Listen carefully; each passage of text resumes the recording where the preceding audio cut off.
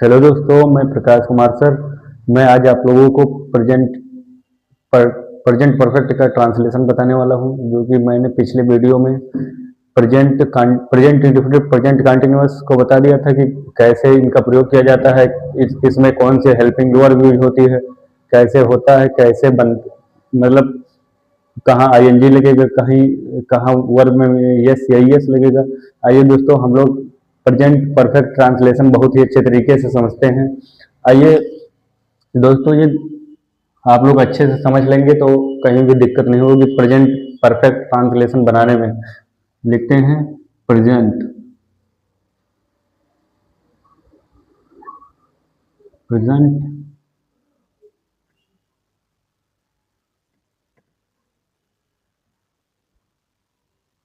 Perfect present perfect tense. दोस्तों, इसका हिंदी होता है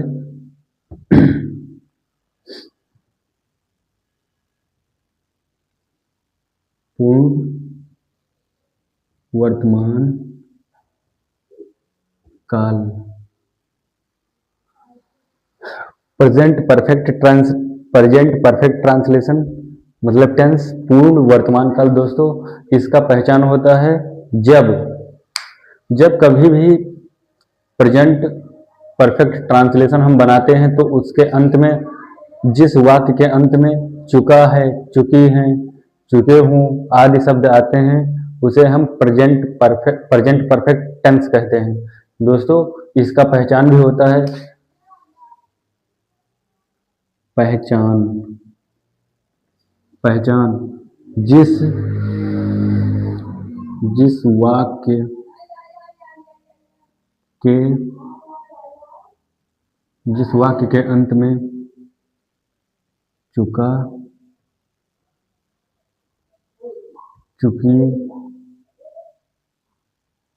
चुके हैं आदि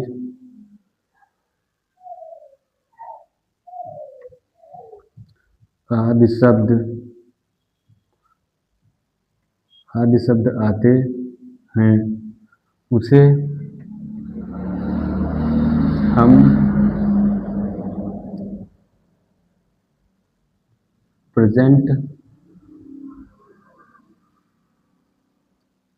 प्रेजेंट परफेक्ट टेंस कहते हैं।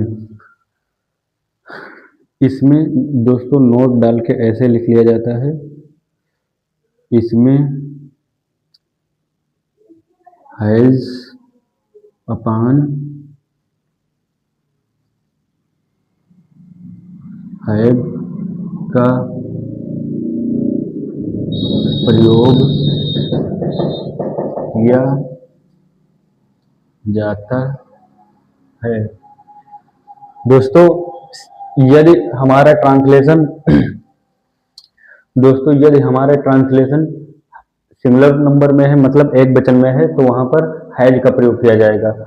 यदि ट्रांसलेशन एक वचन है, मतलब एक वचन, सब्जेक्ट के अनुसार एक वचन,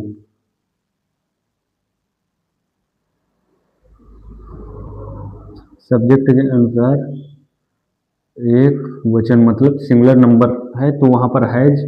यदि दोस्तों बहुवचन है, मतलब प्लूरल नंबर, बहुवचन, तो वहां पर हैव का प्रयोग किया जाएगा। दोस्तों, इसमें यह पहला हो गया। दूसरा, इसमें सदैव सदैव वर्ब की थर्ड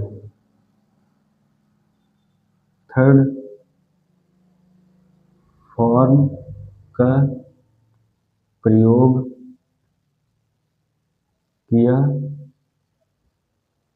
जाता है। यदि दोस्तों आप इतना बहुत ही अच्छे तरीके से समझ जाएंगे तो आप, मेरा ये दावा है कि आप ट्रांसलेशन प्रेजेंट परफेक्ट ट्रांसलेशन नहीं भूलेंगे। दोस्तों, हम दोबारा बता देते हैं। प्रेजेंट परफेक्ट टेंस का मतलब होता है, हिंदी होता है दोस्तों, पूर्ण वर्तमान काल। पूर्ण वर्तमान काल, इसे दोस्तों पूर्ण वर्तमान काल इसलिए कहते हैं क्योंकि इसमें क्रिया पूर्ण होती है। जैसे वह खाना खा चुका है, तो दोस्तों इसमें वह खाना खा चुका है, इसमें ये पता चलता है कि कोई लड़का है जो वो निश्चित रूप से ही खाना खा चुका है। जैसे अशोक विद्यालय जा चुका है, तो अशोक दोस्तों निश्चित रूप से ही विद्यालय जा चुका है।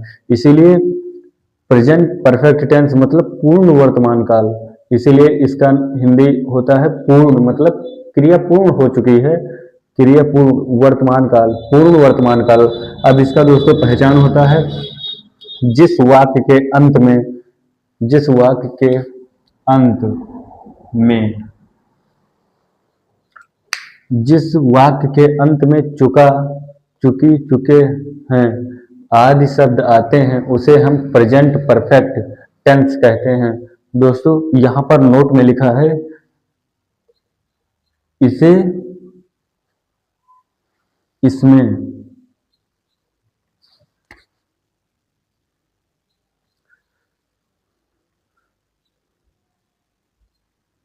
दोस्तों इसमें has upon have, has upon have का प्रयोग किया जाता है। दोस्तों इसमें हैज अपान हैव का प्रयोग किया जाता है। हैज दोस्तों जब प्रयोग करते हैं जब ट्रांसलेशन हमारा एक वचन होगा, वाक्य हमारा एक वचन मतलब सिंगुलर नंबर में होगा, तो वहां पर हैज का प्रयोग किया जाएगा। यदि हमारा ट्रांसलेशन बहुवचन में है दोस्तों, तो वहां पर हैव का प्रयोग किया जाएगा, जिसे इंग्लिश में प्लूरल नंबर कहते हैं। फिर दोस्तों इसमें सदैव वर्ब की थर्ड फॉर्म लगेगी। इसमें दोस्तों चाहे सिंगुलर नंबर ट्रांसलेशन हो या प्लूरल नंबर ट्रांसलेशन हो, इसमें सदैव ही, इसमें सदैव ही वर्ब की थर्ड फॉर्म लगेगी। अब दोस्तों हम फार्मूले, अब फार्मूले भी बना सकते हैं। फिर फार्मूले के आधार पर ये टेंस बनाएंगे प्रेजेंट परफेक्ट टेंस, तो हम लोगों से गलत नहीं होगा। आइए हम लोग फार्मूले को लिखते हैं पहले।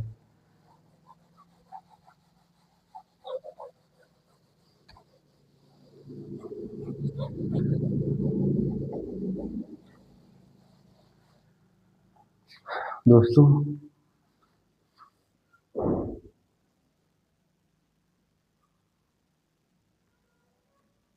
फॉर्मूला, जैसे दोस्तों subject, subject plus has upon have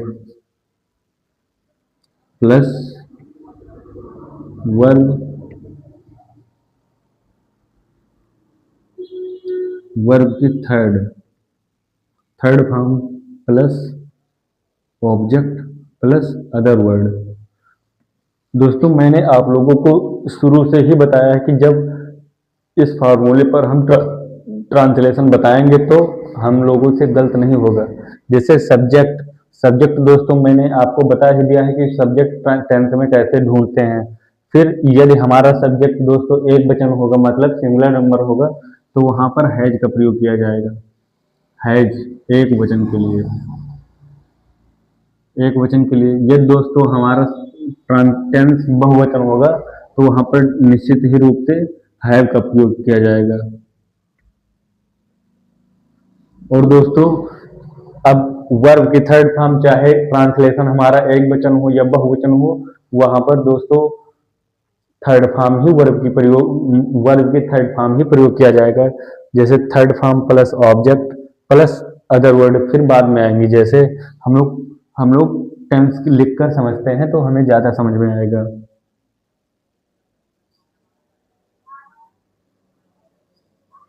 example, example जैसे, जैसे रमेश, रमेश जंगल में घूम चुका, रमेश जंगल में घूम चुका है। ये दोस्तों पहला हो गया। दूसरा लिखा है तुम लोग, तुम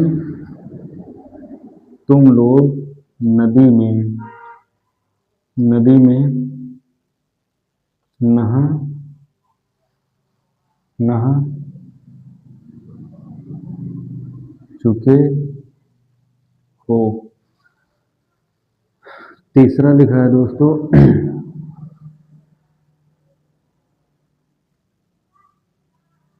सीमा पथ लिख चुकी है। दोस्तों रमेश जंगल में घूम चुका है, ये हमारा पहला ट्रांसलेशन है। तुम लोग तुम लोग तुम लोग दोस्तों जंगल में नहा नहीं सॉरी तुम लोग नदी में नहा चुके हो। सीमा सीमा पत्र लिख चुकी है। अब आइए दोस्तों हम लोग जो फार्मूला लिखे हैं, सब्जेक्ट प्लस हैज है प्लस वर्ब की third form plus object plus other word, जब इस फार्मूले से हम लोग दोस्तों बनाएंगे ट्रांसलेशन तो हम लोगों से गलत होने के चांसेस बहुत ही कम होंगे। जैसे बोल रहा है पहले सब्जेक्ट तो दोस्तों आप लोगों को पता ही है कि जिसके बारे में जिस वस्तु के बारे में बात की जाती है, मतलब रमेश के बारे में बात हो रही है, तो दोस्तों यहाँ पर रमेश क्या हो जाएगा, सब्जेक्ट, रमेश सब्जेक्ट। ऐसे पहले ट्रांसलेशन बनाने से पहले यदि आप लोग ऐसे ही अलग कर लेंगे तो और ही ज़्यादा समझ पाएंगे। सब्जेक्ट प्लस सब्जेक्ट फिर हैज है दोस्तों। यदि हमारा सब्जेक्ट बहुवचन होगा तो हैज, एक वचन होगा तो हैज, इसीलिए वर्ब। अब दोस्तों जो काम हो रहा है मतलब जो काम हो गया है दोस्तों उसी को, मतलब जो काम हो चुका है, तो कौन सा काम हो चुका है, घूम चुका है। घूम चुका है दोस्तों मैंने ट्रांसलेशन में पहले ही बताया था पहचान में कि जिस वाक्य के अंत में चुका है, चुके हैं आदि शब्द आते हैं उसे हम प्रेजेंट परफेक्ट टेंस कहते हैं। तो घूम चुका है दोस्तों, नहा चुके हो, लिख चुकी है, ये सब आएंगे दोस्तों, ये निश्चित ही रूप से प्रेजेंट परफेक्ट टेंस में होंगे दोस्तों। अब ये हो गया घूम चुका है, घूमने का काम दोस्तों हो चुका है, मतलब कार्य क्रिया पूरी हो चुकी है, इसीलिए इसे वर्ब कह देते हैं, से वी। अब दोस्तों फिर हम लोग ऑब्जेक्ट को खोजेंगे। जब ऑब्जेक्ट को खोजेंगे तब हम लोग ट्रांसलेशन बनाएंगे।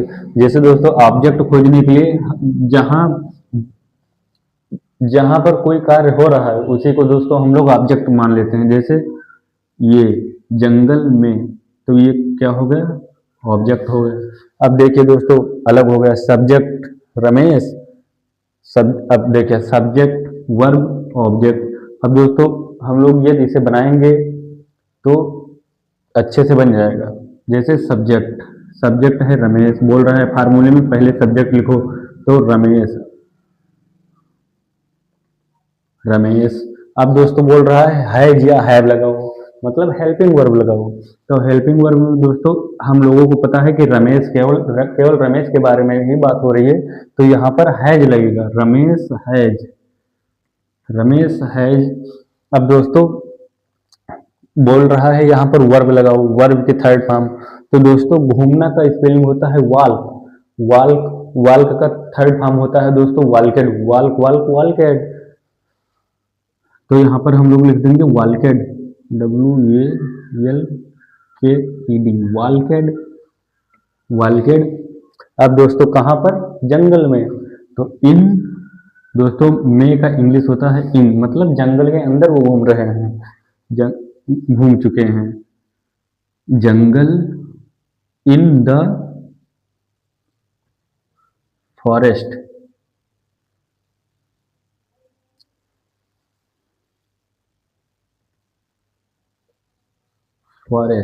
ये दोस्तों हम लोगों का ट्रांसलेशन बहुत ही अच्छे से बन गया। दूसरा देखेंगे दोस्तों, तुम लोग नदी में नहा चुके हो। अब यहाँ पर दोस्तों संख्याएं ज्यादा हैं तो इसीलिए हमारा सब्जेक्ट भी तुम लोग नदी में नहा चुके हो। तुम लोगों का मतलब ये होता है कि जब ट्रांसलेशन अधिक होंगे, मतलब सॉरी, जब सब्जेक्ट बहुवचन होगा दोस्तों तो वहां पर हैव का प्रयोग होगा। जैसे तुम का स्पेलिंग होता है you have, you have, you have. फिर अब दोस्तों तुम लोग, ये सब्जेक्ट हो गया। नहा चुके हैं, नहा चुके हो, ये दोस्तों वर्ब हो गया। नदी में, कहाँ पर, नदी में, तो ये ऑब्जेक्ट हो गया। तो यू हैव, नहाना का दोस्तों बात होता है, बात बात बात, तीनों ही फॉर्म में बात बात बात। तो इसका हो जाएगा बहुत बात दोस्तों, बात। फिर इन, इन इन एक प्रीपोजिशन है, इन द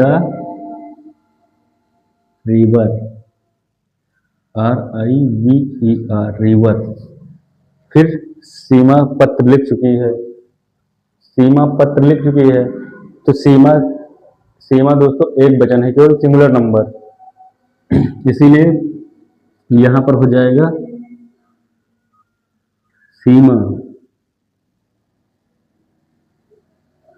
सीमा हैज। अब दोस्तों लिखना का होता है राइट, रोट, रिटन। तो दोस्तों यहाँ पर मैंने बताया है कि थर्ड फॉर्म लगेगा, तो write, wrote, written, write, wrote, written. तो राइट, रोट, राइटन, तो हो जाएगा written, WRITEN, written the letter.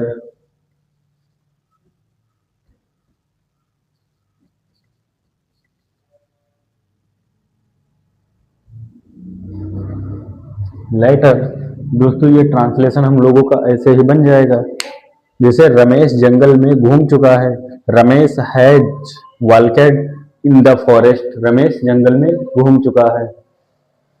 तुम लोग नदी में नहा चुके हो, you had bath in the river. Seema पत्र लिख चुकी है, Seema has written the letter. दोस्तों ऐसे ही हम लोग ट्रांसलेशन बना सकते हैं। जब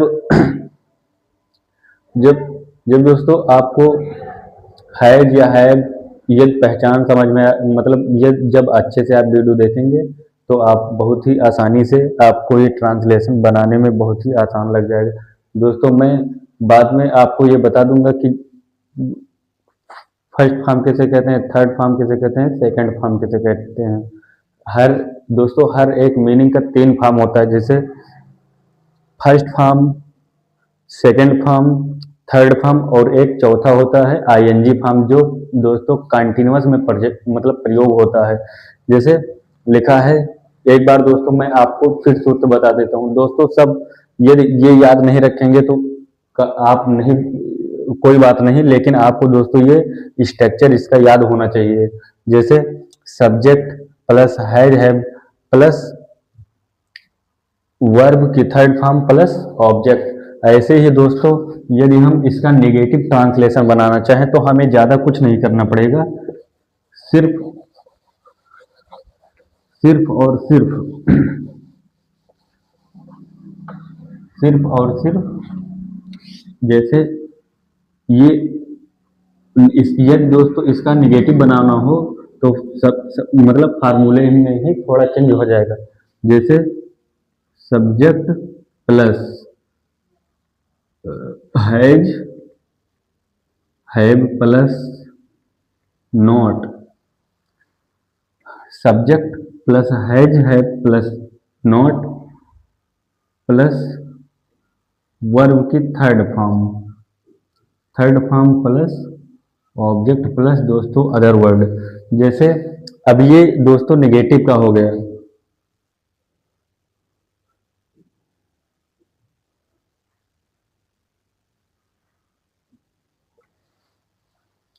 नेगेटिव का हो गया। जैसे सब्जेक्ट हैज हैव, अब दोस्तों हैज हैव का प्रयोग कब किया जाएगा ये आप जान ही गए हैं, प्लस नॉट प्लस वर्ब की थर्ड फॉर्म प्लस ऑब्जेक्ट। आइए एक ट्रांसलेशन बनाकर हम लोग समझ लेते हैं। जैसे लिखा है मोहन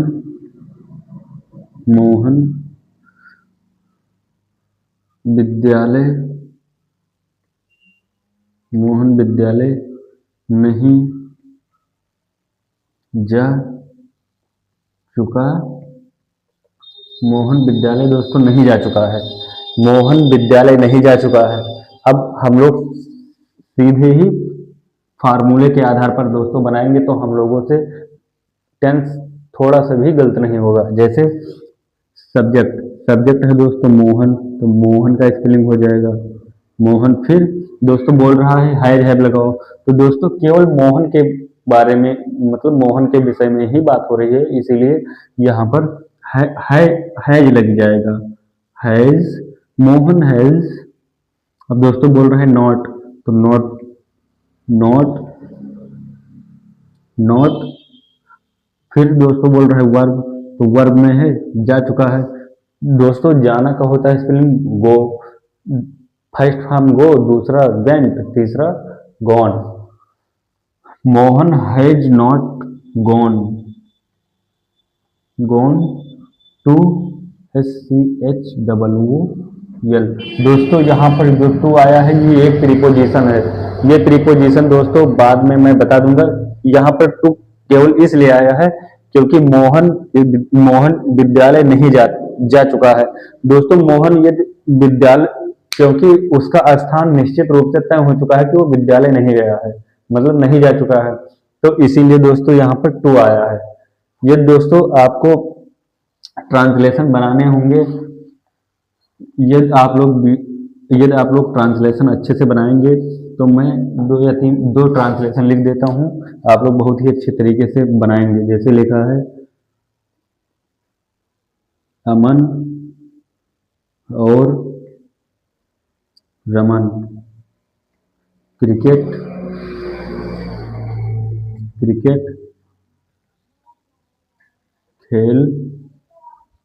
खेल चुके हैं। दोस्तों अमन और रमन क्रिकेट खेल चुके हैं। दोस्तों ये मैंने अफर्मेटिव लिखा है, नेगेटिव आपको बनाना भी है। जैसे लिखा है वह लोग